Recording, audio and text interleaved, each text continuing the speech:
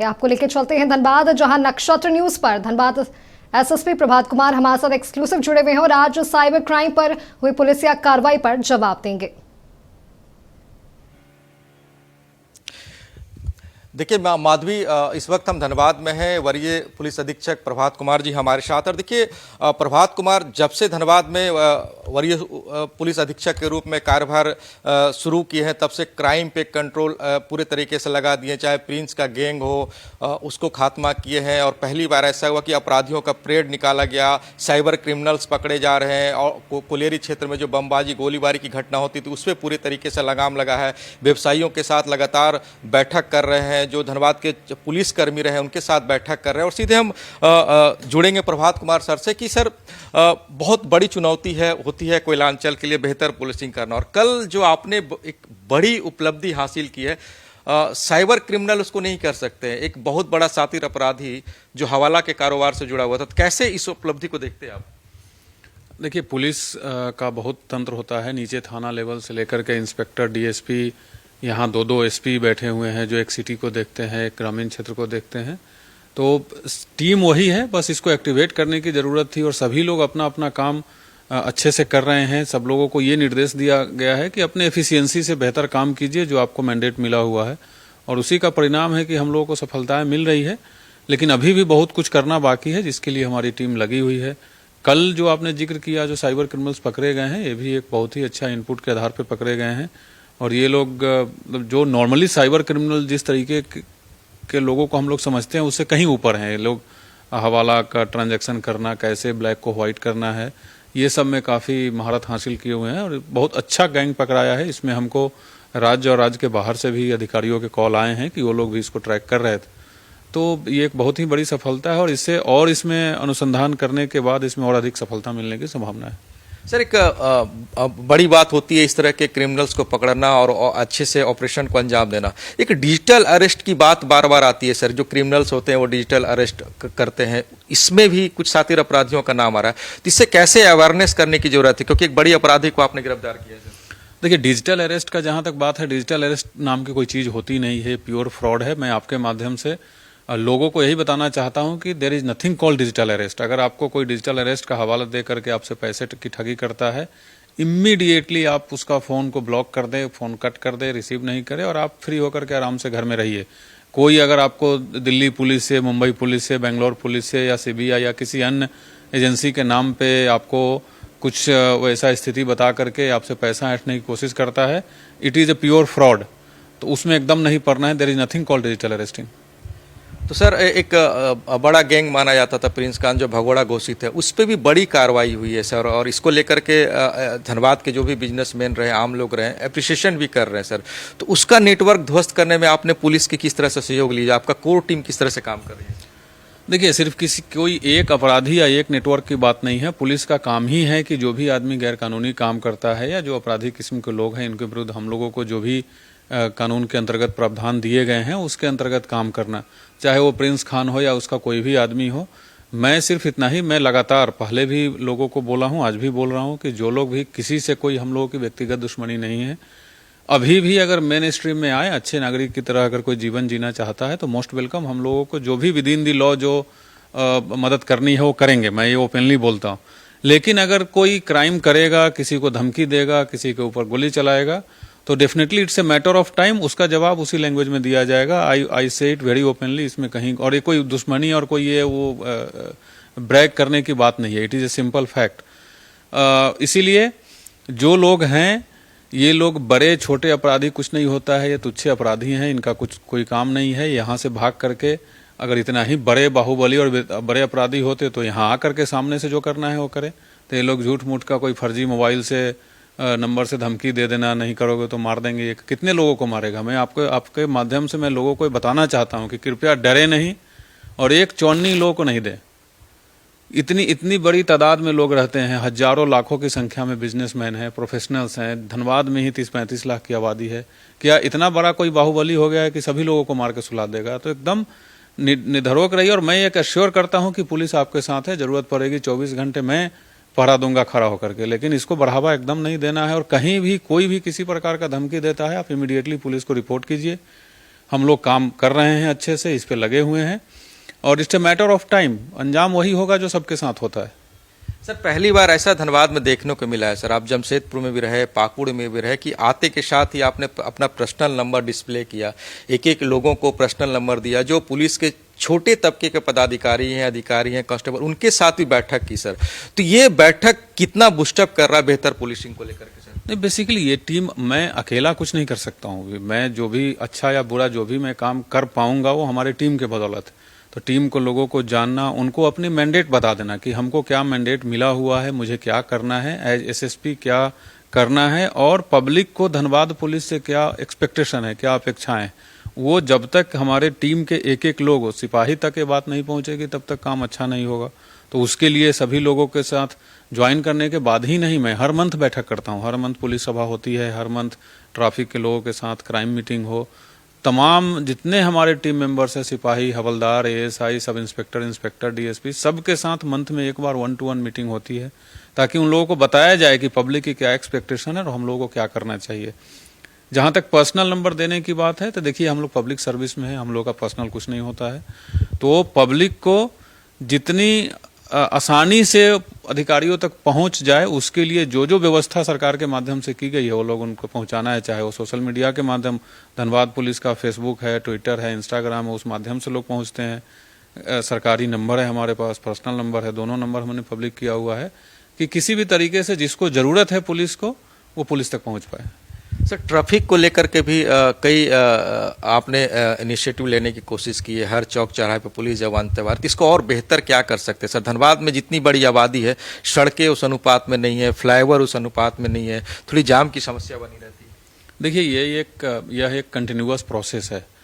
कभी भी आप धनबाद ही नहीं, किसी भी शहर, किसी भी राज्य में देख ले, कभी भी कोई 100% परफेक्ट नाम की कोई चीज़ होती नहीं है। समय बदलता है, लोगों की संख्या बढ़ती जा रही है, साथ में गाड़ियों की संख्या बढ़ती जा रही है, और उसके अनुपात में जो जिस इंफ्रास्ट्रक्चर की आप बात कर रहे हैं, चाहे वो रोड हो, पार्किंग स्थल हो, ये सब लॉन्ग टर्म प्रोजेक्ट है। तो जिस स्पीड से वो बढ़ेगा उस स्पीड से ये इमीडिएटली नहीं बढ़ता है।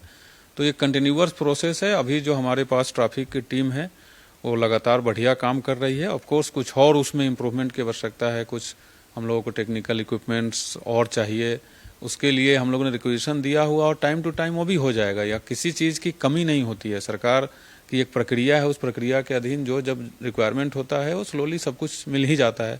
अभी आप देखेंगे कि 150 के आसपास बाइक हमारे पास नई आई है पिछले 2 महीने में। तो उस बाइक से हम लोग बाइक पेट्रोलिंग करा रहे हैं। उसमें से 10 बाइक हमने ट्रैफिक को दिया है कि जो क्यूआरटी के रूप में काम करेगा, कि वो गांव देहात में भी जा करके सुबह में जाएंगे, वो लोग चेकिंग करेंगे 6 घंटा 7 घंटा, फिर वापस आ जाएंगे। तो लगातार इम्प्रूवमेंट की ओर हम लोग जा रहे हैं, और ये कंटिन्यूअस काम है, कोई एक दिन का काम तो है नहीं। सर कोलियरी इलाका भी है सर, यहाँ पे बीसीसीएल है, आउटसोर्सिंग है, आउटसोर्सिंग में कभी न कभी कोई घटनाएं घटती रहती है, चाहे वो रंगदारी को लेकर के हो, वर्चस्व को लेकर के हो, ट्रेड यूनियन को लेकर के हो।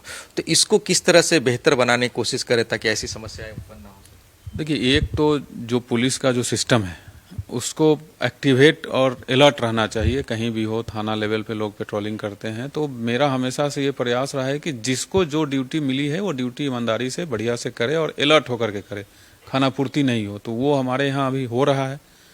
मैं ये नहीं बोलूँगा कि 100% परफेक्ट हो गया है, बट ऑफ कोर्स सुधार हुई है और सुधार होगी।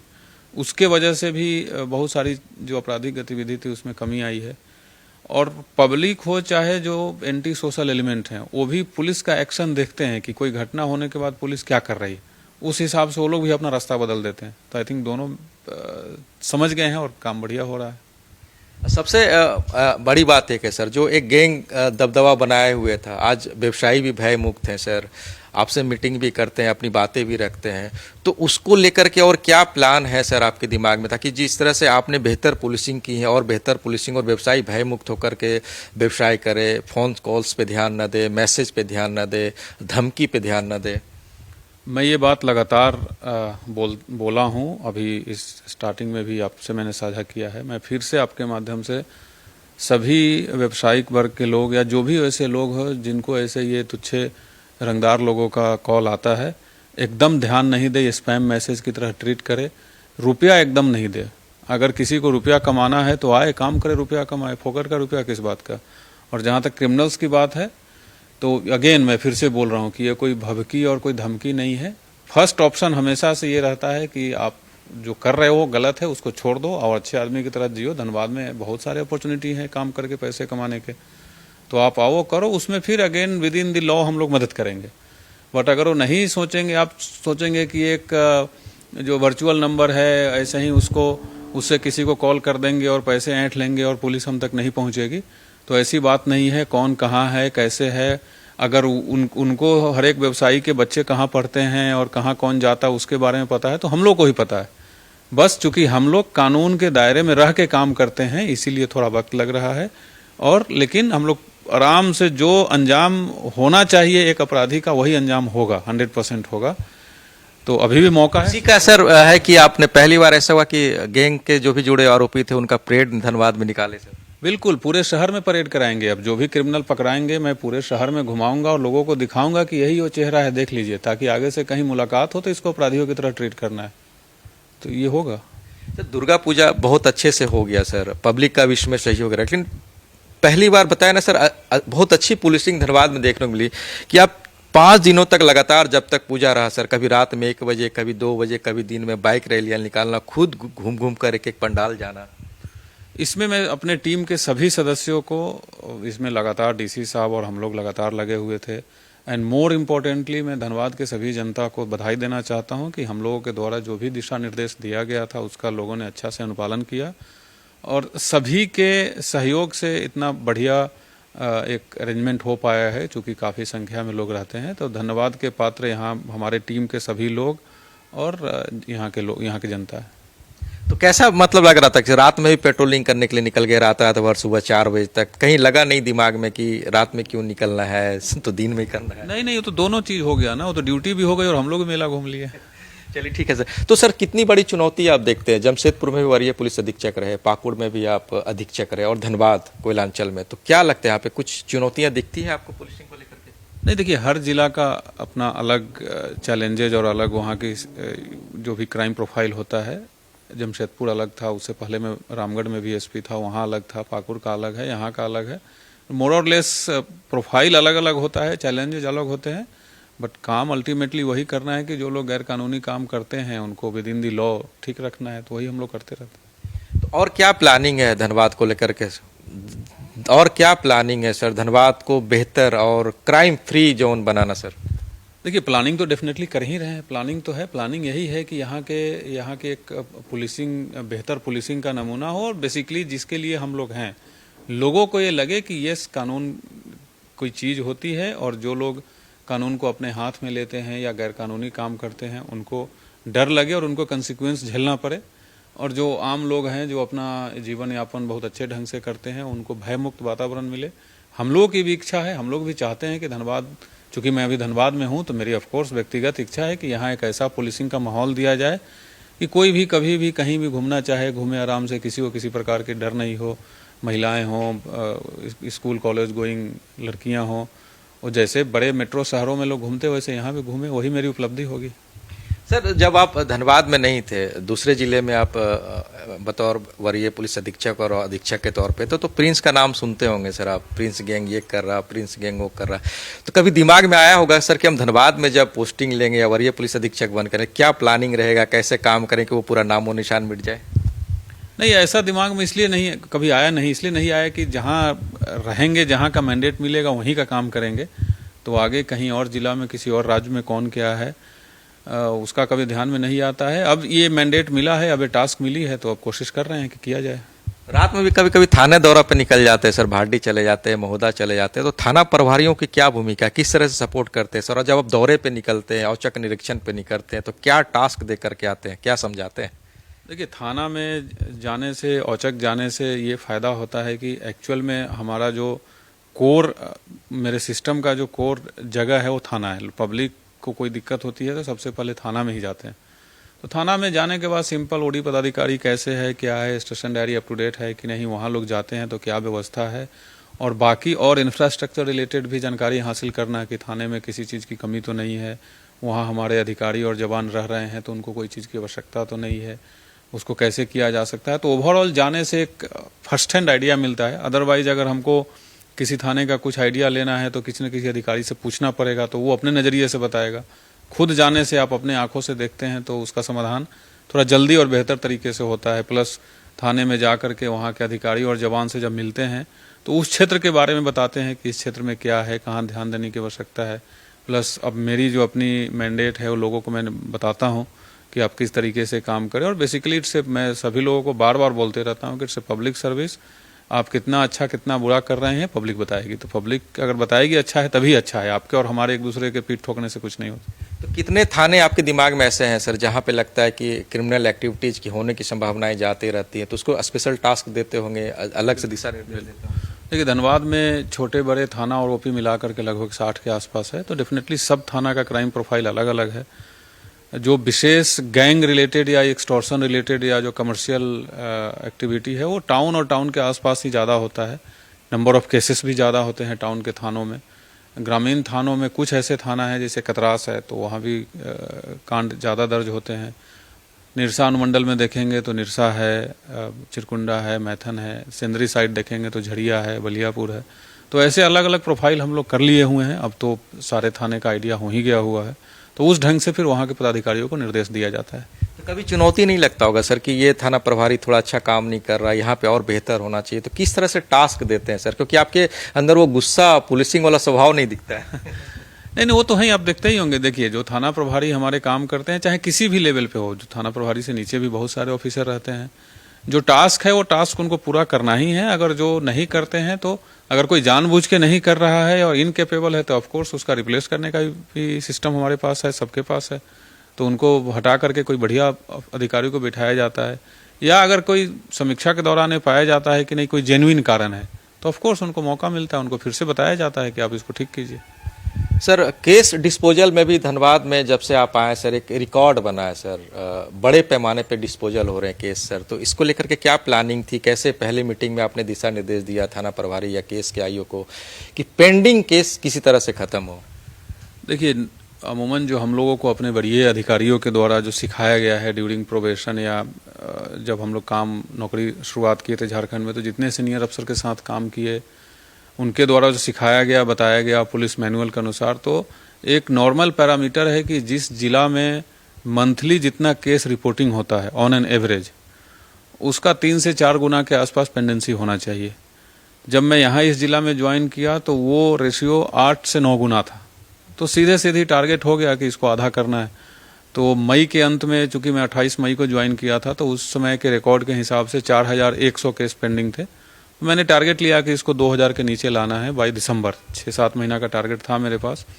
उसी टारगेट के हिसाब से काम करना शुरू किया। तो I am happy to share कि 3 महीना में ही 3000 केसेस का हम लोगों ने डिस्पोजल किया था। पहले महीना में लगभग 1150, फिर 1000 के आसपास, फिर 921 अगस्त में।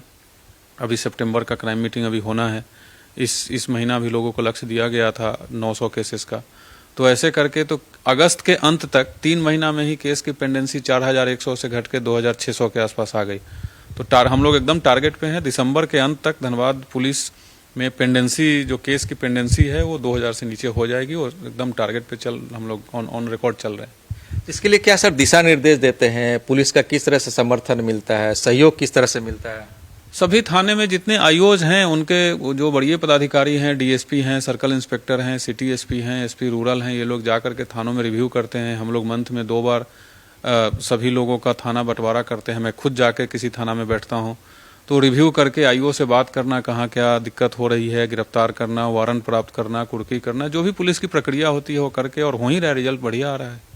एक सवाल हमेशा सर उठता है, जैसे छोटे जगहों पे जाते हैं, ग्रामीण इलाके पे जाते हैं लोग सर, वो एक पुलिस के नाम से मन में भय आता है सर। थाना जाने से डरते हैं, गेट के अंदर जाने से डरते हैं, मुंशी तक से बात करने से कतराते हैं सर। तो इसके लिए क्या मैसेज रहेगा, किस तरह से पुलिसिंग रहेगी सर? लोग भय मुक्त होकर आपके कार्यालय आ जाए, थाना चले जाए।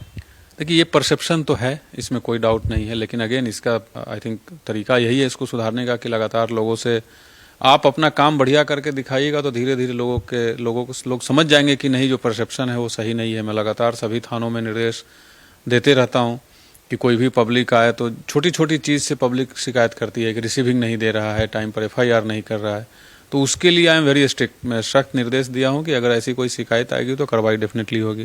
प्लस जो हमारे सीनियर ऑफिसर्स हैं, मैं खुद यहाँ भी आने के लिए किसी को कोई किसी बिचौलिया और किसी दलाल और किसी पैरवी की ज़रूरत नहीं है। मैं ऑफिस में बैठा हूँ, आइए अपनी बात कहिए, आपका समाधान होगा देन एंड देयर, और जाइए। लगातार मैं जब अगर फील्ड विजिट में नहीं हूँ तो ऑफिस में बैठता हूँ, सुबह 10:30 से 11 बजे से लेकर शाम को 6-7 बजे, आप लोग देखते ही हैं। तो और अगेन पब्लिक को भी मैं यही बताना चाहता हूँ कि दूसरों के कहे हुए पे या एक जो परिपाटी चली आ रही है वर्षों से, उस पर बिलीव नहीं करके और उसको नहीं माने। आपको अगर कभी कोई समस्या हो तो थाने में जाइए, डीएसपी के पास जाइए, एसपी के पास जाइए, एसएसपी के पास जाइए, और आपके साथ अगर सही काम या सही न्याय आपको नहीं मिलता है तब परसेप्शन बनाइए कि पुलिस खराब है कि अच्छी है। ऐसे ही कि नहीं पुलिस तो ऐसी ही होती है मत बनाइए। हम लोग भी दिन रात मेहनत कर रहे हैं, तो हम लोगों को जो सही क्रेडिट है वो मिलनी चाहिए। अगर अच्छा काम करते हैं तो अच्छा बोलिए, बुरा काम करते हैं तो बुरा बोलिए। एक आखिरी सवाल है सर, धनबाद की जो बिजनेसमैन या लोग हैं सर, स्थानीय लोग हैं, ग्रामीण को क्या मैसेज देंगे सर बेहतर पुलिसिंग के लिए? डरिए नहीं, आप ऑफ कोर्स जो भी आपको समस्या होती है पुलिस के पास जाइए, और पुलिस के किसी स्तर से कोई जवान है, कोई अधिकारी हैं, अगर उन लगता है कि आपके साथ गलत हो रहा है तो हम लोग यहाँ बैठे हैं। हम लोगों से भी गलती अगर लगता है आपको होती है तो हम लोगों से ऊपर भी सीनियर पदाधिकारी बैठे हैं। आप अप्रोच कीजिए, परसेप्शन मत बनाइए। और जहाँ तक कि एक्सटॉर्शन और ये सब जो टुटपुजिए क्रिमिनल्स की बात है, इस पर मैं यही बोलूँगा कि एकदम डरना नहीं है। आप मतलब डरने की कोई बात ही नहीं है। पैसा तो फोकट का 1 रुपया नहीं देना। आप दिन रात मेहनत करके पैसे कमाते हैं और ऐसे ही कोई कॉल कर देगा और उसको पैसा दे देंगे, तब तो फिर और ही बढ़ेगा। वैसे तो 5 और पैदा हो जाएंगे, क्योंकि तो एक कॉल करना है, लाखों रुपए मिल जाना है, तो इससे अच्छा काम ही नहीं होगा। इसको बिल्कुल बढ़ावा नहीं देना है, और डरिए मत, एकदम नहीं डरिए। मैं खुल के बोलता हूँ कि डरना नहीं है। इतने लोग एक साथ फेस करेंगे तो ये कि क्या करेंगे तुच्छे लोग।